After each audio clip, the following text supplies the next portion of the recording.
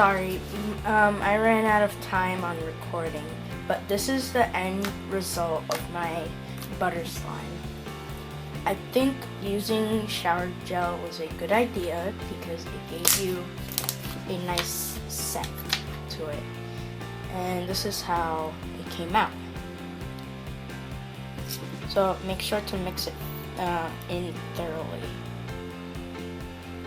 So I hope you guys enjoyed this video on how to make butter slime, and I will see you next time with other videos on different types of slime making.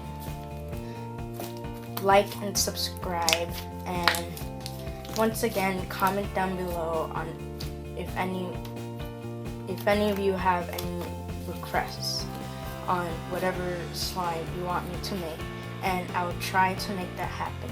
Goodbye!